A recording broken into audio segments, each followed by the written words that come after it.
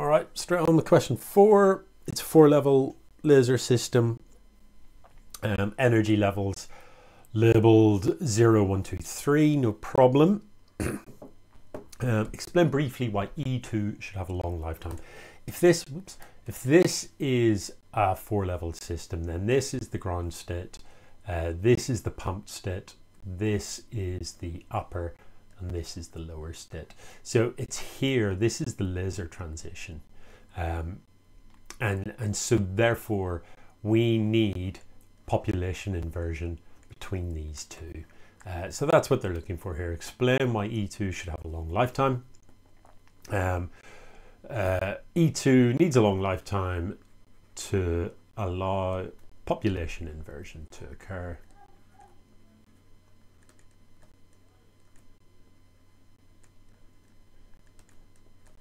Between E2 and E1. And I think we need, it says explain, so we need to back that up to allow population inversion between E2 and E1 to make stimulated emission more likely than absorption. That is the purpose of population inversion.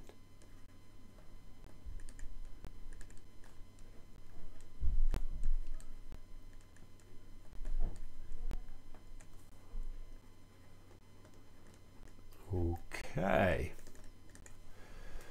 The output wavelength is this. Calculate the energy level of E2. So we're given E1. This is the output. We know that E is equal to HF for the photons coming out of this. That is equal to HC over lambda. So we just need to turn that into an energy. Planck's constant times 10 to the minus 34. Speed of light, 3 times 10 to the 8, divided by 362.8 times 10 to the minus 9. That's going to give me an energy that will, of course, be in joules. So we are going to have to convert that.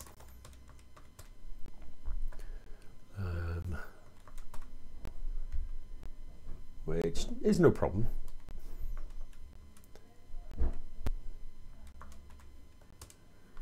So I've got 3.14 times 10 to the minus 19. 10 to the minus 19 is typically the sort of order of magnitude of visible photons. Joules.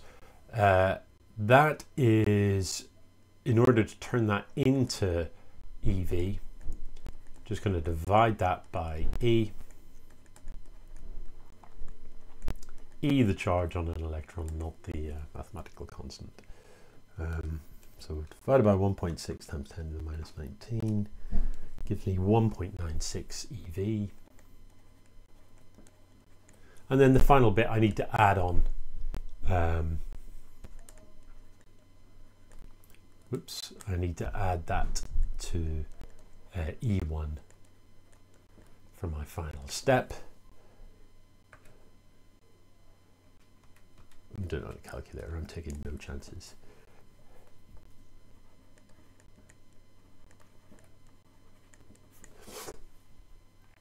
Okay. I feel like that could easily be a 4-mark question. You know, 2 for that first step and 1 for each of the remaining steps, but apparently not. Right. Another diffraction question. Diffraction pattern question. So we're using a grating this time, and these are the n equals 1 lines. 32.8 centimeters apart at a distance of 20 centimeters away. Okay. And these are the n equals 1 lines, eh? So diffraction grating, unlike the double slit, n lambda equals d sine theta is what we're looking for here. Value it whether they agree with the given wavelength. So we'll solve this for wavelength. N equal 1, d is equal to, these are Oh, the diffraction grating is, we're just given the spacing. We don't actually have to calculate it. Often you're told how many lines there are per millimeter. That is just 1 times 10 to the minus 6 meters. So sine theta, we have to do a little bit of work for. Tan theta is going to be, here is theta. So tan theta is half of this. So 16.4 over 20. So always just double check when you're about to do this. Double check that your calculator is in degrees for this type of question. And if it isn't, fix that. So arctan 16.4 about 20. So I've got 39.35 degrees.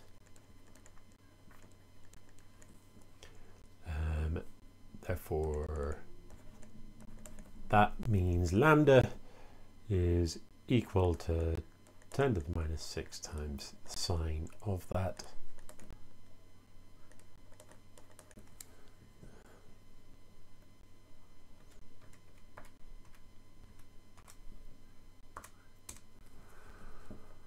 Um, 6.34 times 10 to the minus 7 meters, which is roughly 634 nanometers. So yeah, close enough. Reasonable agreement.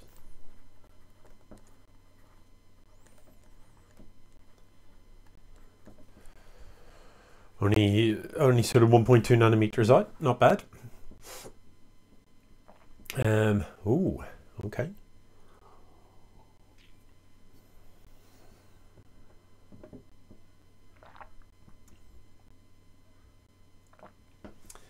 Sean's going to extend the experiment to measure the refractive index of a block of glass. Explain why the distance has decreased. Yeah, so the deal here is light travels slower in glass and the frequency does not change, therefore the wavelength is decreased.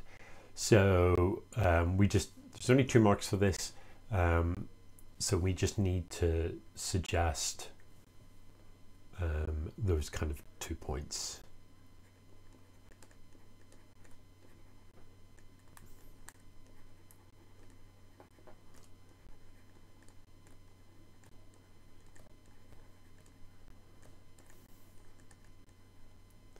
Frequency is constant, so lambda decreases.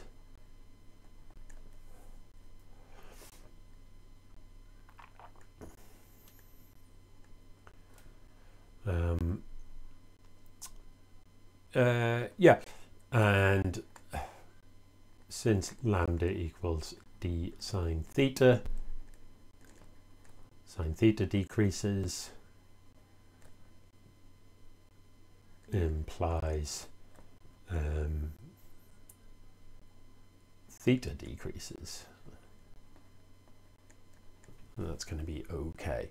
Let's calculate the refractive index of the block of glass. So there's a couple of ways we can do this. The refractive index will be equal to, I mean, bear in mind refractive indices are equal to C over V.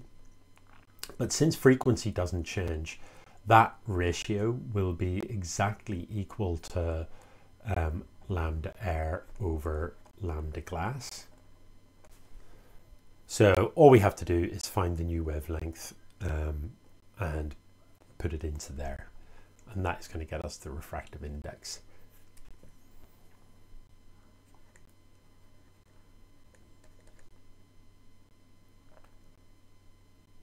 Equals d, which is 10 to the minus 6 times sine of, I'm just going to do it all in one if that's okay, arctan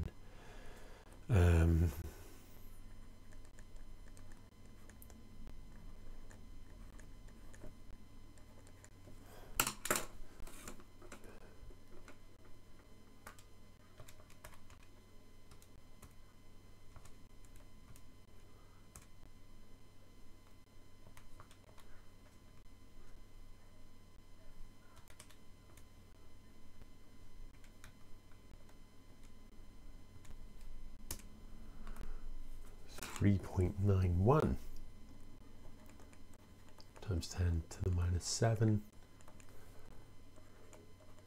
So n is going to be equal to, that's 391 nanometers, so 634 over 391.